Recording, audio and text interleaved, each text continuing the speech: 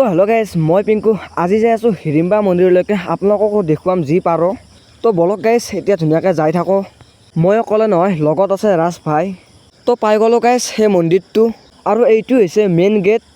আৰু ইয়াত কোনোবাই দান পাত্ৰ দিব পাৰে, লগতে সেই নাজাৰা উপভোগ কৰক আৰু লগতে মন্দিৰবিলাক চাওক কি ধুনীয়াকৈ থোৱাই আছে। তো ইয়াতে আহিলে গাইজ এনেকুৱা ঘৰো দেখা পাব আপোনালোকে, আৰু ধুনীয়াকৈ একদম আড্ডা দিব পৰা যায়।